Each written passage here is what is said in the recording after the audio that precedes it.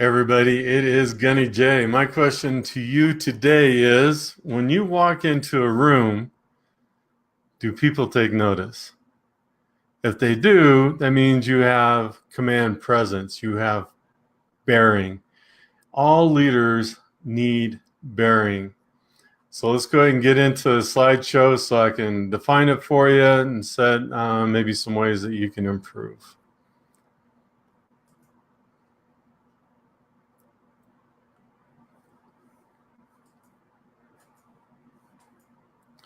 Okay, we're going to define bearing is the way that you conduct and carry yourself. Your manner, you should reflect alertness, competence, confidence, pride in oneself, and control. Bottom line, you should project the command presence. I don't care if it is a traditional business, if you're middle management, lower management, I don't care what your position is. If it's a home-based business, when you walk in the room, you as the leader should project a presence.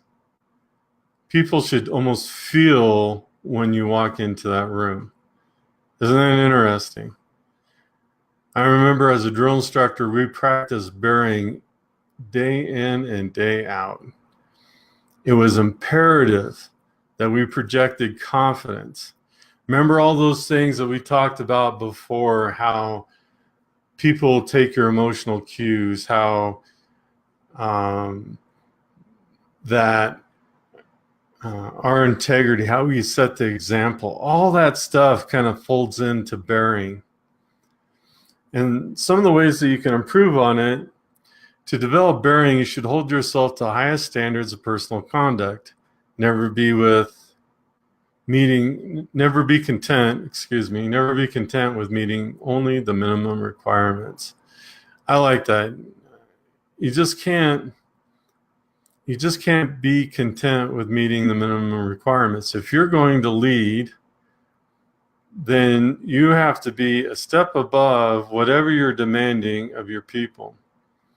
If you're in a home-based business, and let's say you have a downline or something like that, you should be doing as much work, if not more work, than what they are.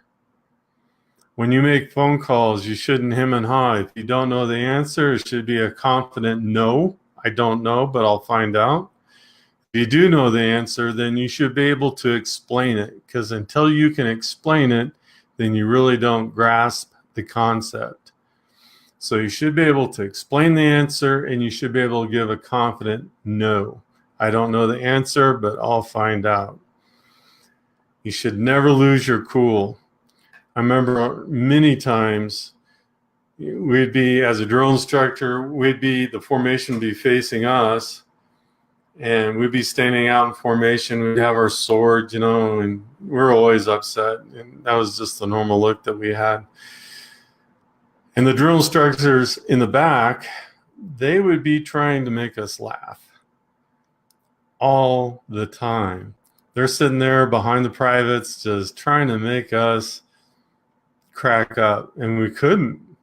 There is no way that we would smile or laugh in front of those recruits. There's just no way. We kept our bearing. And so that's what I implore you as you're on your leadership journey. Think about bearing. Are you a step ahead with what you demand of your people? Are you demanding more of yourself? In whatever area that may be. If it's a home-based business and you have a downline and you're leading people, you should be the one that is out there following up the most, doing your daily method of operation, your DMO. You should be one cranking that out more than what your downline is, if you want to remain the leader. So that's all I got for you today.